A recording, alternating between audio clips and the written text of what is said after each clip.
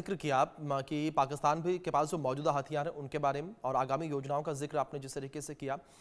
जावेद जी, मैं आपसे जानना चाहूँगा R-35M मिसाइल जिस तरीके से आने वाले समय, माफ़ कीजिएगा, 37 मिसाइल जो है आने वाले समय में भारत के पास होगी, तो ऐसे में क्या पाकिस्तान के पास ऐसे आधुनिक हथियार की कोई काट जो है वो है, या आने वाले समय में पाकिस्तान ऐसी कोई योजना बना रहा है, किसी दूसरे देश के साथ जो है वो डील कर रहा है?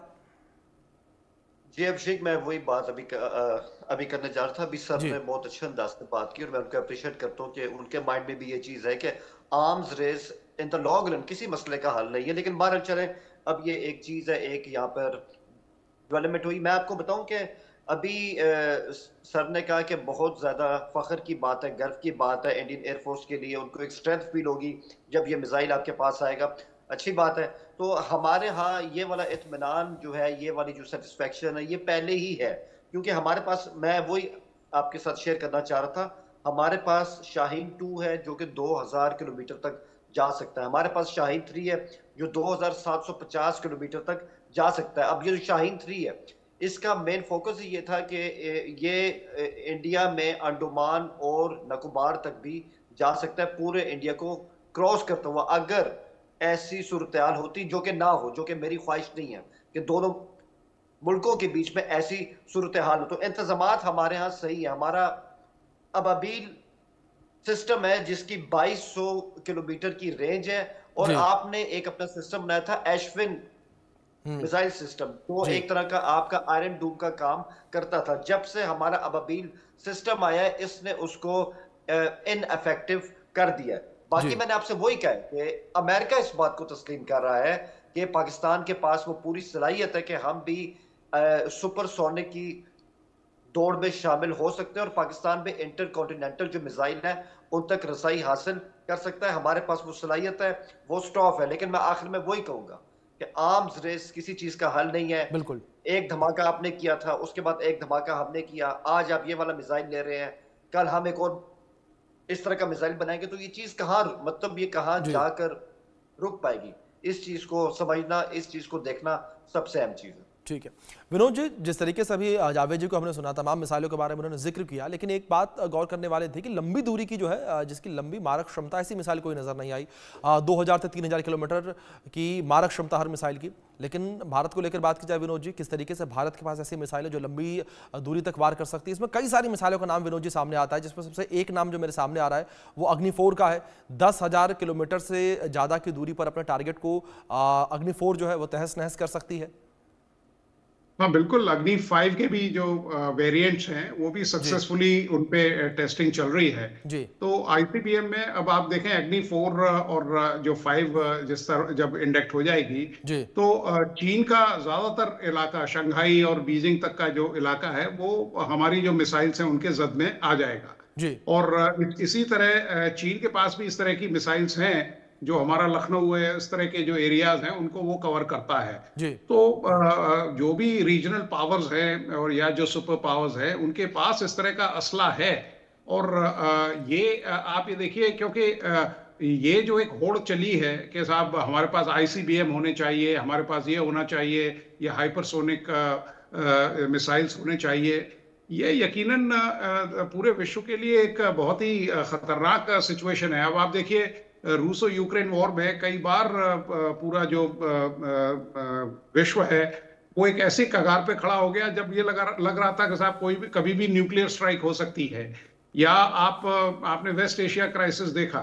तो इन सब चीजों को देखते हुए, क्योंकि जो हमारा पेशेंस थ्रेशोल्ड है जी। वो काफी कम होता जा रहा है, जी। और जिस तरह से नए समीकरण, नए वर्ल्ड ऑर्डर बनते जा रहे हैं, उन सबको ध्यान में रखते हुए ये जो आर्म्स रेस है, मुझे नहीं लगता कि हाल फिलहाल इसमें कोई कमी आने वाली है। क्योंकि अगर आप P5 कंट्रीज को देखें, तो उन्होंने ये कई बार ये जताया है कि साहब हम तो ये जो न्यूक्लियर वेपन्स हैं उनको रख सकते हैं, लेकिन जी। बाकी के देश नहीं रख सकते। जी। आज पूरे विश्व में 9 ऐसी ताकतें हैं जिनके पास न्यूक्लियर वेपन्स हैं। जी। और इंडिया ने अमेरिका के बरखिलाफ ये जो टेस्ट किए थे, लेकिन हम आज भी उन्हें एक बतौर एनर्जी सोर्स, बतौर पीसफुल यूज के लिए इस्तेमाल कर रहे हैं। जी। हाँ, लेकिन अगर सिचुएशन ऐसी डिमांड करती है तो यकीनन उनका इस्तेमाल किया जाएगा। जी। जावेद जी, मैं अब पाकिस्तान के ट्रैकिंग सिस्टम को लेकर आपसे बात करना चाहूंगा कि क्या आपको लगता है कि पाकिस्तान के पास वो मजबूत ट्रैकिंग सिस्टम है कि ऐसे मिसाइल को पाकिस्तान ट्रैक कर सके? ऐसा इसलिए मैं कह रहा हूं क्योंकि इससे पहले जब हमने देखा था कि एयर स्ट्राइक जब हुई थी, जब एयर स्ट्राइक हो गई थी, उसके बाद पाकिस्तान को पता चला कि एयर स्ट्राइक हुई है। तो ऐसे में इस तरह की आधुनिक मिसाइल को ट्रेस कर पाना, ऐसी आधुनिक मिसाइल का पता लगा पाना, क्या ऐसे ट्रैकिंग सिस्टम है? जी सर, मैंने आपसे अभी जिक्र किया कि जो हमारा अबाबील का सिस्टम है वो इतना कैपेबल है कि वो ऐसे जी कर सकता है। और प्लस ये कि देखें, ये बात मैं मानता हूँ, ये बात फैक्ट है कि जो आप आई थिंक बालाकोट स्ट्राइक की बात कर रहे हैं, आप जी उस तरफ इशारा कर रहे हैं, तो वो ठीक है कि इंडियन जो थे जेट्स वो यहाँ पर आए थे, लेकिन अभी देखें रिस्पॉन्स टाइम भी फिर उसके बाद आपके सामने ही था। जी तो एक दिन में जो हिसाब है वो बिल्कुल इक्वल हो गया था। इन दैट मैं इसमें यही कहूंगा, अभी सर ने बहुत अच्छी बात कही है कि ये जो मिसाइल होते हैं या जो एटॉमिक वेपन्स होते हैं, बेसिकली बेहतर है कि इसको इंटरनेशनल रिलेशंस की रोशनी में अपने दिफा के लिए इस्तेमाल किया जाए। ये जी अटैक के लिए नहीं होते हैं। आज तक एक ही, जो आपको पता है कि एटॉमिक वेपन जो है वो 1945 में फेंका गया था, और आज जो मिसाइल्स हैं या आज जो इस तरह के एटॉमिक हथियार है उससे कई गुना ज्यादा इनके अंदर कैपेबिलिटी है। तो मैं समझता हूँ दुनिया के लिए सबक भी वही है, और उसी को सामने रखते हुए उसको दिफा के लिए अपने पास रखना चाहिए। ये फर्स्ट स्ट्राइक के लिए इनका इस्तेमाल, तो मैं समझता हूँ कि ये बहुत ज्यादा खौफनाक होगा आपके लिए, हमारे लिए, और बल्कि सारी दुनिया के लिए। जी विनोद जी, क्या आपको लगता है कि R-37M जैसी आधुनिक मिसाइल को ट्रैक कर पाना इजी होगा? नहीं, देखिए, 6 मैक काफ़ी स्पीड होती है, लेकिन जब आपके इस तरह के ऑफेंसिव जो वेपन्स हैं उनका इस्तेमाल किया जाता है तो ट्रैकिंग सिस्टम भी उसी हिसाब से अपग्रेड किए जाते हैं। जी और खासकर एयर डिफेंस सिस्टम में अगर आप CNR देखें, कंट्रोलिंग एंड रिपोर्टिंग जो होती है, उसमें बहुत कम टाइम मिलता है, मतलब सेकंड्स में आपको वार्निंग मिलती है। और आज हमारे जो रेडार्स हैं वो इतने एडवांस हैं कि अगर कोई जहाज, मान लीजिए मिसाल के तौर पे दे रहा हूं मैं, सरगोदा से या मियाँ वाली या मीठी से कहीं से अपनी परवाज भरता है, तो एकदम पता लग जाता है कि साहब वो उसने परवाज भरी है और किस तरफ उसका रुख है। सिमिलरली हमारे जो एडवर्सरीज हैं उनके पास भी इस तरह के वेपन सिस्टम है। तो वेपन इनको लोकेट करना मुश्किल तो है, लेकिन आज जो आपकी एयर डिफेंस प्रणाली है, जो रडार सिस्टम्स है, वो भी काफी एडवांस हैं।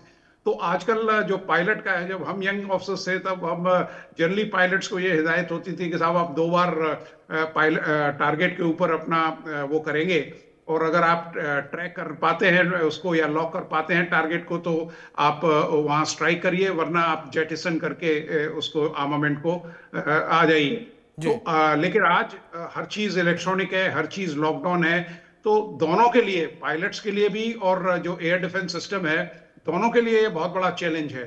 फिर इसके जी अंदर electronic counter measures, electronic counter measures, और भी इस तरह के कई चीजें होती हैं जो हवाई जहाज होते हैं वो, जैसे शेफ या इस तरह का जो डिसेप्शन मेथड्स इस्तेमाल करते हैं।